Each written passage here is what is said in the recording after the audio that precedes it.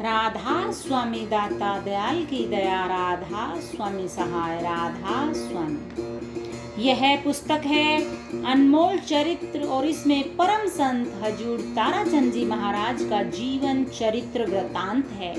अभी तक हमने इस पुस्तक के 331 पेज आप लोगों तक पहुंचा दिए हैं और आज हम शुरू करने जा रहे हैं पेज नंबर 332 से। So let's start. शुद्ध संकल्प से बुराई पर विजय। जिस स्त्री का पति कमा कर लाता है और सब कुछ उसके अर्पण कर देता है, उस स्त्री का हक है कि वह अपने पति को परमात्मा समझे। अब किसी बहन का प्रश्न हो सकता है, यदि पति घटिया लाइन का हो तो क्या करे? मेरे पास में एक सत्संगिन आई। वह बोली, मेरा पति महीने में 30,000 रुपए कमा कर लाता है, पर उसमें एक ऐब है। मैंने उस बहन से पूछा, उसमें कौन सा ऐब है?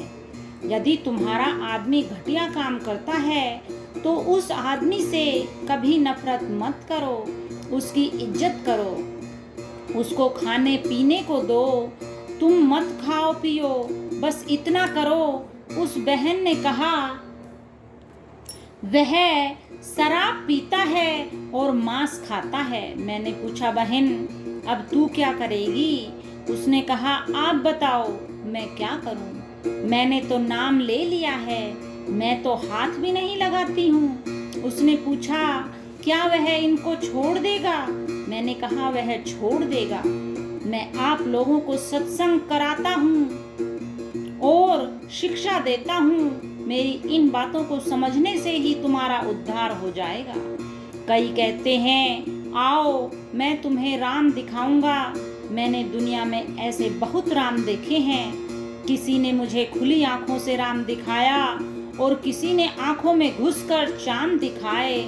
इस ढंग से राम दिखाया।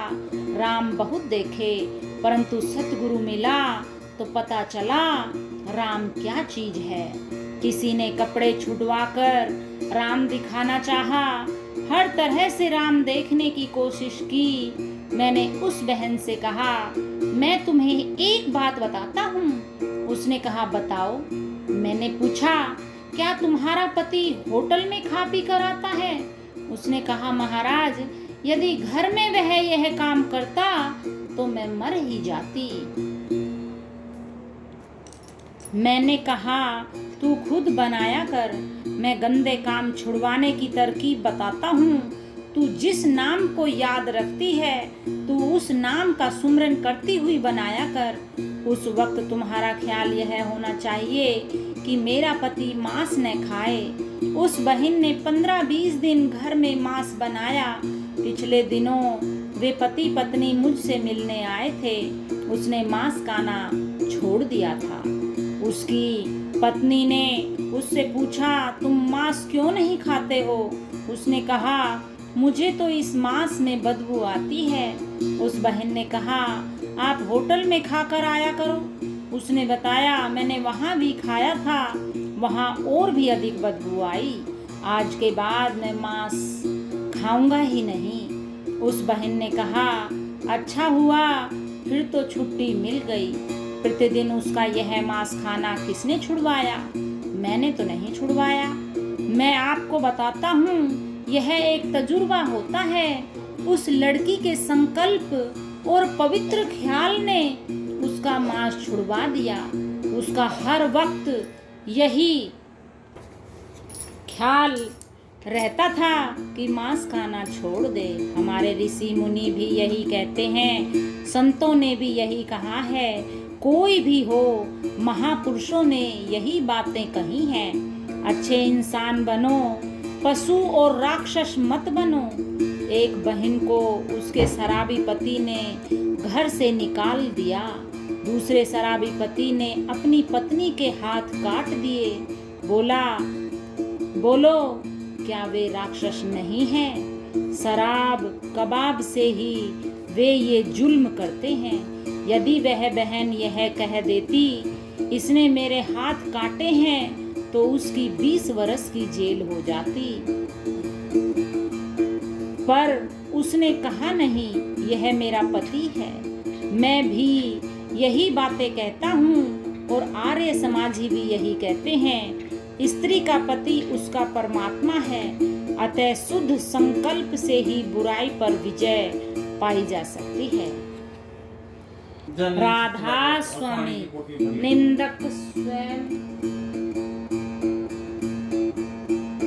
निंदक स्वयं गिरकर संतों का उद्धार कर देते हैं। पिछले दिनों मेरे बारे में लोगों ने घटिया सी बात उठा दी। मेरा एक प्रेमी बड़ा अफसर था, उसके पास एक सत्संगी चला गया। सत्संगियों में श्रद्धा और विश्वास होना चाहिए। जो मलिक एसपी है, उसके पास एक ब्यास का सत्संगी चला गया। वह एसडीएम था, तो उसने उसको पूछा, क्या आप घबरा रहे हो? मलिक ने कहा, हाँ, घबरा तो गया हूँ। उस सत्संगी ने कहा, घबराओ मत, संत की चाल को कोई भी नहीं समझ सकता है। उन्होंने कहा, कोई पता नहीं है कि स्वयं ने ही अपनी कोढ़ की मक्खियां दूर करने के लिए ये प्रोपोगेंडा करवा लिया होगा।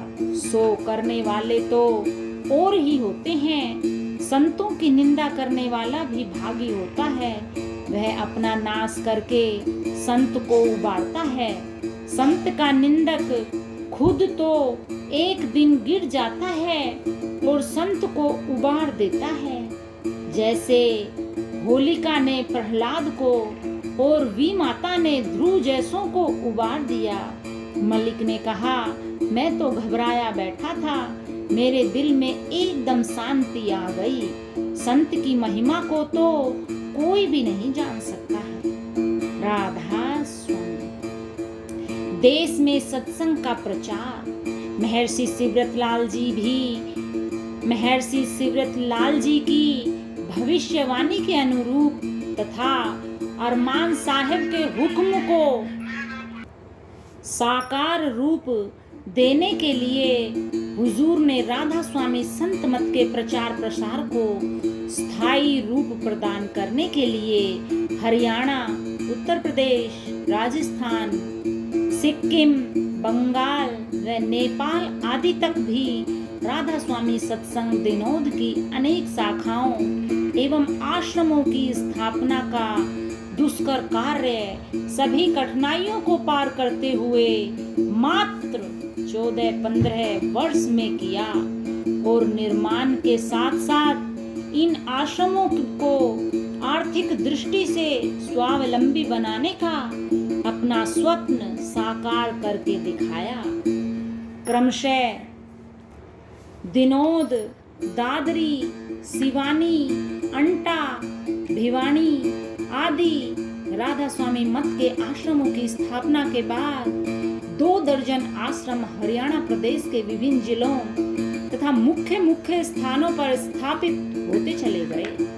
इसके बाद हुजूर ने चंडीगढ़, पंजाब में लुधियाना, मोगा मंडी, उत्तर प्रदेश में मुजफ्फरनगर, सींचावाली व कोशी तथा राजस्थान में बीकानेर, झरझीला आदि स्थानों पर प्रतिवर्ष 2-2, 3-3 बार सत्संग बख्शे। परिणाम स्वरूप उत्तर प्रदेश के सींचावाली, कोसी तथा राजस्थान के झरझीला आदि स्थानों पर भी आश्रमों की स्थापना हो गई। अंतिम वर्षों में हुजूर महाराज जी ने देश के उत्तर प्रदेश में सुदूरवर्ती स्थानों हरिद्वार, कानपुर, लखनऊ, इलाहाबाद, बंगाल के दार्जिलिंग तथा सिक्किम के गंगटोक, नेपाल में धूलावाड़ी, पशुपति नगर आदि स्थानों पर सत्संग के लिए असंख्य यात्राएं की और यहाँ की संगत ने भी आश्रमों की स्थापना के लिए प्रयास प्रारंभ कर दिए। हरियाणा में रोहतक, मोठ, बरवाला, हिसार, जुलाना, जिंद, गोहाना, बनवासा यानी जिला सोनीपत में, इस्माइलपुर यानी जिला अंबाला में, गुगोड़ जाट भुरजट यानी जिला महेंद्रगढ़ में, कोसली यानी जिला रेवाड़ी में, बोंद, सिवानी, दादरी जो कि भिवानी में है आदि आश्रमों की स्थापना पूर्ण हुई और उपरोक्त के अतिरिक्त अनेक स्थानों पर आश्रमों के लिए भूमि का प्रबंध हुआ। वर्ष 1968 की बसंत पंचमी से सार्वजनिक सत्संग प्रारंभ करके केवल 22 वर्ष में 15 लाख जीवों के इस इहलोक में चारित्रिक नींव को मजबूत करते हुए सतलोक तक का वीजा देने का कार्य किसी अन्य संत अथवा महात्मा ने आदि सृष्टि से आज तक कभी नहीं किया होगा। यही नहीं, उनकी मौज का सत्संग रूपी प्रवाह अक्सर 2 घंटे से पूर्व विराम का नाम नहीं लेता था और उस समय श्रोताओं की केवल मन की उद्विग्नता की समाप्त नहीं होती थी, अपितु शिशु से लेकर सबसे वृद्ध सुनने वाले व्यक्ति तक सत्संग के दौरान हिलने डुलने का नाम नहीं लेते थे। गोरी, काली, मिश्रित सभी नस्लों के लोग इस 2 घंटे से अधिक सत्संग के समय में उनकी आंखों की भाषा समझते हुए अपनी सूरत उनसे जोड़कर उन्हें बिना पलक झपकाए निहारते ही रहते थे, चाहे उन्हें भाषा का एक शब्द भी समझ न आता हो। राधा स्वामी, ये तो सत्य कहा है, क्योंकि महाराज जी इतना अच्छा सत्संग देते थे कि वो हिलते डुलते भी नहीं थे और जिस एक पोजीशन में बैठ गए उसी में ही सत्संग प्रवाह चलता रहता था और उनको सभी निहारते रहते थे। राधा स्वामी। आज इतना ही। Like, share, subscribe.